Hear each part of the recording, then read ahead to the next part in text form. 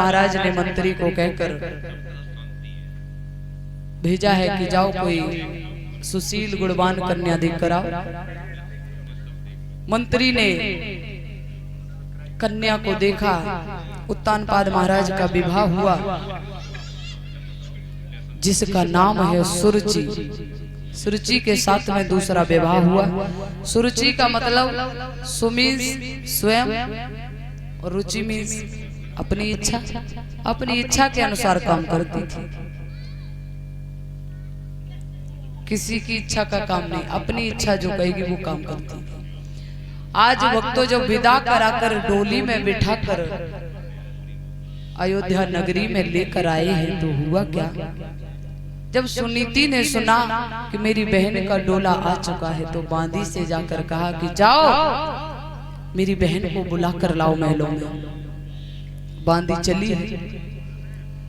जो डोली पर लिहाफ पड़ा हुआ था, पर्दा पड़ा हुआ था, उसको हटाया। बांदी कहने लगी, रानी साहिबा को बांदी का प्रणाम स्वीकार हो। प्रणाम। आओ डोली से नीचे उतरो, आपको आपकी बहन ने बुलाया है। जैसे ही इतने वचन सुने सुरुचि के मानो किसी ने पेट्रोल डाल के आग लगा दी। बोले कौन बहन है?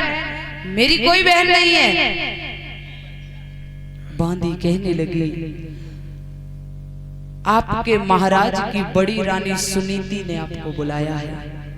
जैसे ही बड़ी रानी की बात सुनी है तो सुरुचि कहने लगी, जाओ मेरे महाराज को बुला कर लाओ। उत्तानपाद महाराज को बुलाया गया। अब उत्तानपाद महाराज कांपते हुए जा रहे हैं। कहिए रानी साहिबा, ये बताओ ये सुनीति कौन है?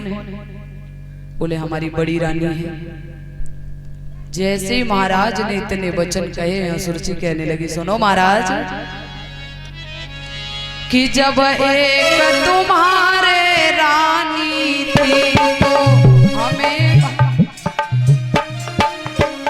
जब एक तुम्हारे रानी थी तो हमें व्यर्थ ले आए हो।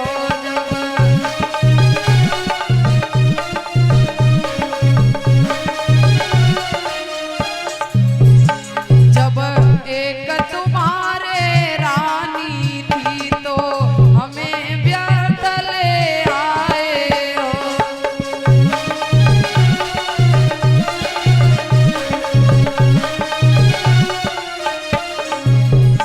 वो भोग करन को काफी थी, मोए बार झोंके वे को लाए हो।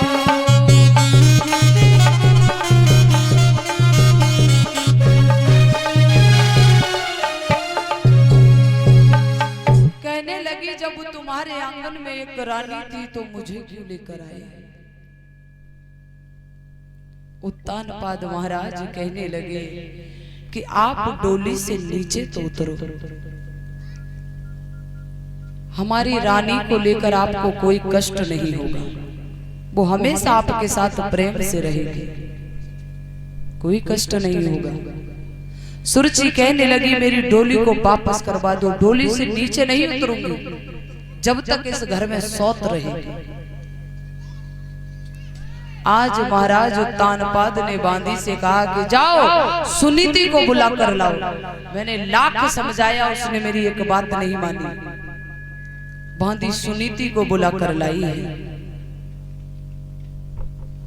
सुनीति कहने लगी, बहन डोली से नीचे उतरो। सुरुचि कहने लगी, खबरदार जो मुझे अपनी गंदी जबान से बहन बोला,